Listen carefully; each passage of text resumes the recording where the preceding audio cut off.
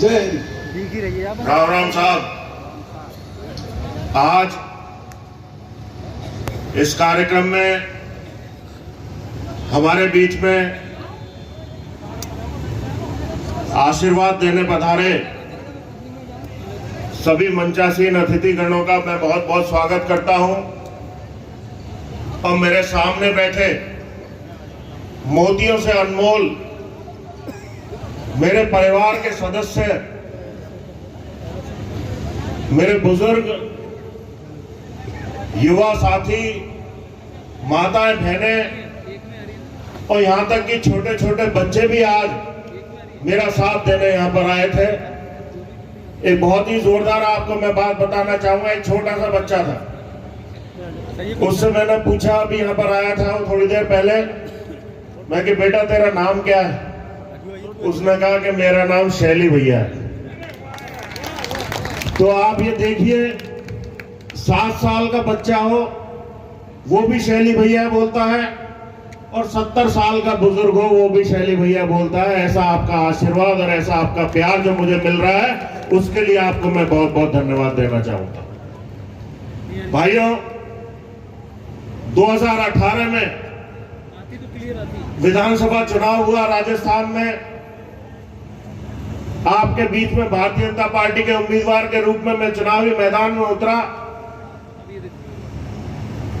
लेकिन मेरे पिताजी के जाने के बाद, उससे पहले आप सब जानते हैं कि मैं राजनीति में कभी भी हस्तक्षेप नहीं करता था जब तक मेरे पिताजी थे। केवल चुनाव में कुछ पिताजी के साथ में काम किया करते थे, लेकिन वैसे राजनीति में बिल्कुल हस्तक्षेप नहीं किया करता था। उनके जाने के बाद एक अचानक से एक ऐसी जिम्मेदारी, एक पहाड़ जैसा पूरी जिम्मेदारी मेरे कंधों के ऊपर आ गई। मेरे पिताजी ने एक बार जब वो ऑपरेशन थिएटर में जा रहे थे, तब मेरे से कहा कि मेरे जो डी कुम्हेर के कार्यकर्ता हैं, इनको मैंने खून पसीने से सींचा। मैं रहूं नहीं रहूं, लेकिन तेरे को इनके साथ हमेशा खड़े रहना है। और वो पल था जब मैंने तय कर लिया, चाहे जीवन में कुछ भी हो, मैं आप लोगों के साथ आधी रात कंधे से कंधा मिलाकर खड़ा रहूंगा। 2018 का चुनाव हुआ, बहुत जोरदारी से हमने चुनाव लड़ा, लेकिन उस समय विपरीत परिस्थितियां थी। कांग्रेस की सरकार आने वाली लोगों को लग रही थी। झूठे वादे भी कांग्रेस सरकार ने लोगों के साथ में किए, हमारे किसान भाइयों के साथ किए, युवा भाइयों के साथ किए, और उनका परिणाम ये हुआ कि हम कुछ मतों से चुनाव हार गए। भाइयों, मैं आपको बताना चाहूंगा, और आप लोग इस बात के गवाह हैं कि मैं चुनाव तो हारा, लेकिन मैं हिम्मत नहीं हारा। एक भी दिन घर नहीं बैठा, लगातार आपके बीच में, अनवरत तरीके से आपके बीच में मैं मेहनत करता रहा। चाहे वो आपकी खुशी का काम हो, आपके कोई गम का काम हो, हर चीज में मैं आपका हिस्सेदार, आपके परिवार के साथ में बनकर रहा हूं। भाइयों, एक बात मैं आपसे कहना चाहूंगा, मेरे पिताजी तो 2017 में हमको छोड़कर चले गए, और वो ऐसा समय था जब मैंने हजारों लाखों लोगों को आंखों में आंसू लेते हुए देखा, और मेरे को ये समझ ही नहीं आ रहा था कि आने वाले समय में अब आगे क्या होने वाला है। एकदम से बोलते हैं ना कि ऐसा पहाड़ मेरे ऊपर टूटा कि मेरे आगे सोचने समझने की शक्ति बंद हो गई। लेकिन मैं धन्यवाद देना चाहूंगा आप लोगों का और हमारे मंच में बैठे सभी लोगों का कि आपके आशीर्वाद और प्यार ने जो हिम्मत मेरी बना के रखी, उसी का परिणाम है कि आज मैं आपके सामने खड़े होकर भाषण दे रहा हूं। मैं एक और निवेदन आपसे करना चाहूंगा भाइयों, 2017 में तो मेरे पिताजी चले गए, और पता नहीं ईश्वर ने क्या सोच रखा था।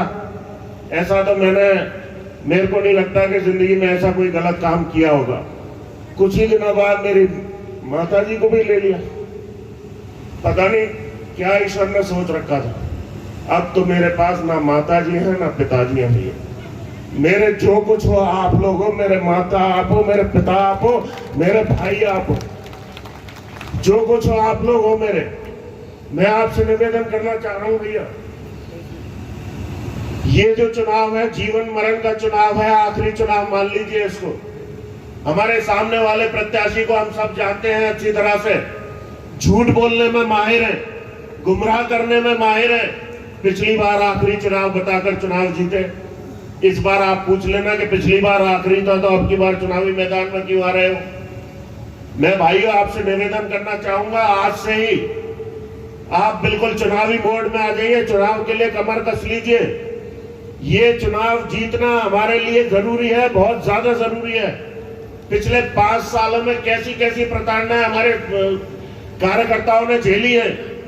यहां बैठे हैं मंच पर हमारे सूर्य प्रकाश जी, 5 बार इनकी दुकान पे छापा पड़ा, इनकी दुकान को बंद कराया गया। हमारे सरपंच साहब बैठे होंगे सिकरोरी के, उनका झूठा 302 का मुकदमा झूठा उनके ऊपर लगाया गया और 307 और कितने फर्जी मुकदमों में हमारे कार्यकर्ताओं को जबरदस्ती पुलिस ने बंद किया। मैं भाइयों एक एक चीज को दिल के अंदर लेके बैठा हूं, एक एक चीज को दिल के अंदर लेके बैठा हूं।